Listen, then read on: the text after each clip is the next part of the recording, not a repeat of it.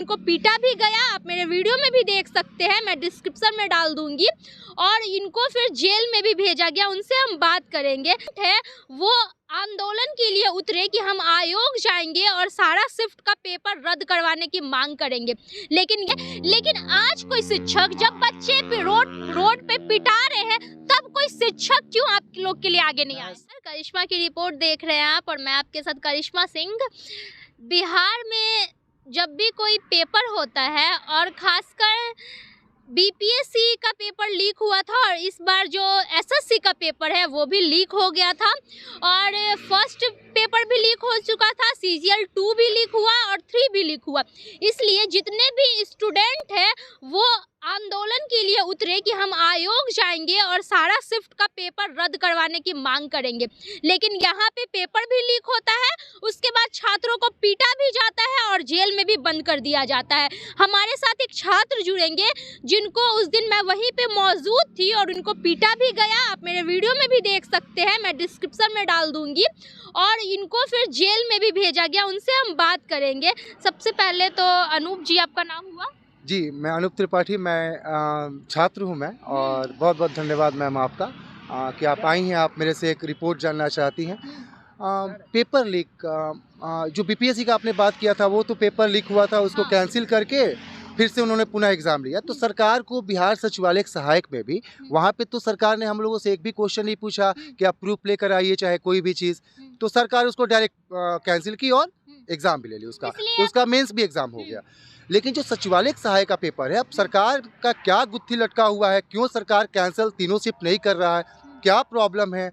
ये जो आपके शिक्षा मंत्री हैं, उनको प्रूफ चाहिए, आयोग को प्रूफ चाहिए, ये कहाँ से हम लोग प्रूफ लाएंगे? हम लोग सारे सोशल मीडिया पे सारा पेपर जो था लीक हुआ था, सारा क्वेश्चन आंसर सब कुछ सोशल मीडिया पे वायरल हो चुका। उसके बाद भी आप बोल रहे हैं प्रूफ के बारे में, तो अब कौन सा प्रूफ, किस तरह का प्रूफ चाहिए? बात होती है कि एक तो आप लोग के साथ गलत किया जाता है, उसके बाद जब अपने हक के लिए आप शांतिपूर्वक आयोग तक अपनी बात को रखने जाते हैं, तो बीच में मार्केटिंग लगा के आपको रोक लिया जाता है। और अगर आप लोग अपनी मांग की तरफ जाते हैं तो ऊपर से आपको पीटा भी जाता है, और मतलब पीटा भी जाता है, और साथ साथ आपको तो जेल में भी डाल दिया। मैडम आप देख लीजिए, एजुकेशन जो है ना, एजुकेशन जो है इस गवर्नमेंट में बिल्कुल करप्ट हो चुका है। नीतीश कुमार जी जो हमारे मुख्यमंत्री हैं अभी, इनका एजुकेशन पे देखा जाए तो इनका एजुकेशन सिस्टम बिल्कुल करप्ट है। 10th एजुकेशन जो है ना, एजुकेशन जो है इस गवर्नमेंट में बिल्कुल करप्ट हो चुका है। नीतीश कुमार जी जो हमारे मुख्यमंत्री हैं अभी,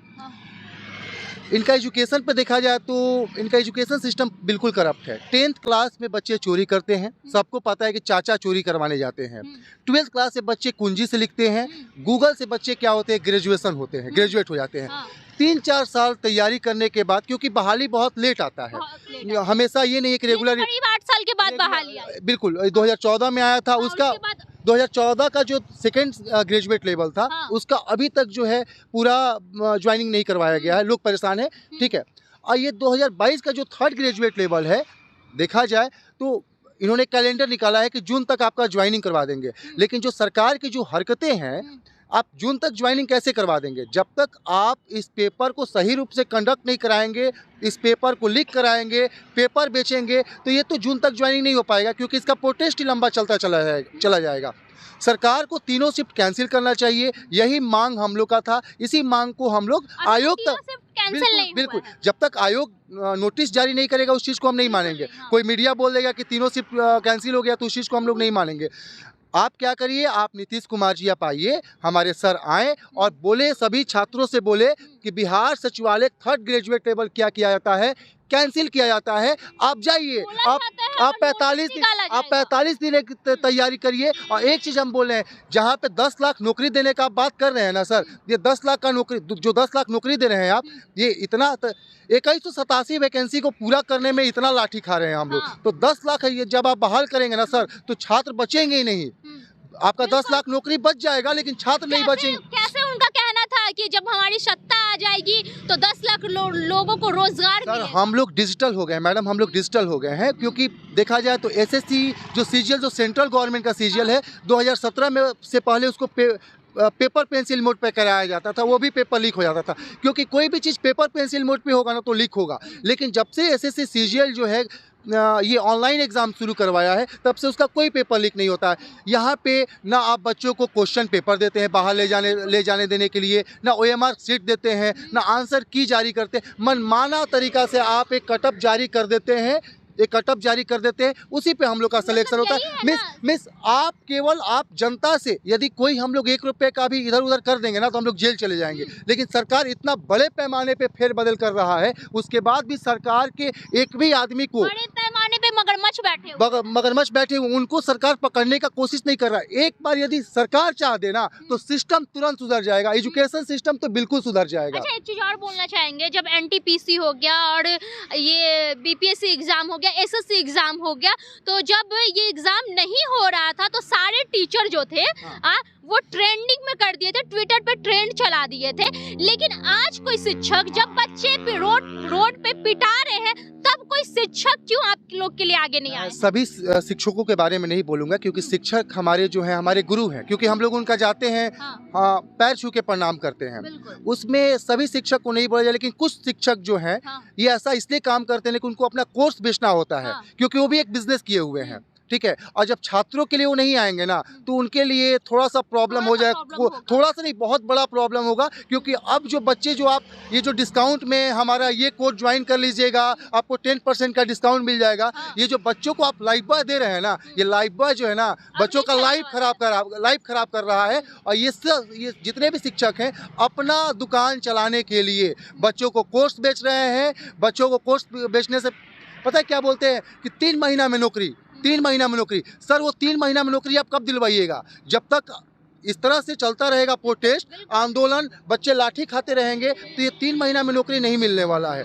ठीक है ना। तो आप आइए, आप बच्चों का साथ दीजिए। और आप लोग बुद्धिजीवी प्राणी हैं, जब तक आप आके सरकार से नहीं बोलेंगे, सरकार को आप लोग आके बताइए कि सर पेपर लीक हुआ था। केवल छात्रों के बोलने से नहीं होगा, हमारे अभिभावक परेशान हैं, हमारे घर वाले परेशान हैं, हमारे जितने भी मित्र बंधु होते हैं। मैडम एक बात बताइए ना, अभी तक जॉब नहीं लगेगा, बताइए कैसे होगा, काम कैसे चलेगा, आगे का सिस्टम कैसे होगा?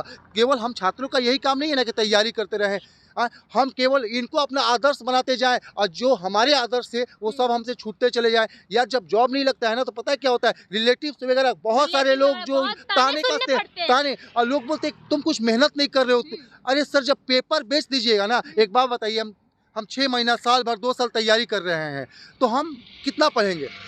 बहुत पढ़ते हैं, बहुत मेहनत करते हैं, बहुत अच्छा हम लोग अपना सिलेबस कवर अप करते हैं। लेकिन जिसको पेपर बेचे हैं 1 घंटा पहले, 1 दिन पहले, पक्का है कि हमसे ज़्यादा अच्छा नंबर लेकर आएंगे। और कट ऑफ वहीं से डिसाइड होता है जिसको आप पेपर बेचे हैं। तो उसमें से हम लोग के जो 10%, 5% जो हमारे भाई, जो हमारी बहन जो है, जो उस कट ऑफ को अचीव कर लेती है, तो लगता है कि चलो भाई वो मेरिटोरियस बच्चा है, वो निकाल लिया। एक कॉम्पिटिटिव एग्जाम के लिए मेरिटोरियस के एवरेज बच्चे ही कॉम्पिटिटिव एग्जाम निकालते हैं, लेकिन मेरिटोरियस पता है किसने बनाया है? मेरिटोरियस गवर्नमेंट ने बना दिया है, क्योंकि मेरिटोरियस तो हमारे पास है ही, और जिसको पेपर बेच रहे हैं वो हाईली मेरिटोरियस है। इसलिए इस चीज़ को क्या किया जाए, ऑनलाइन एग्ज़ाम दिलवाया जाए।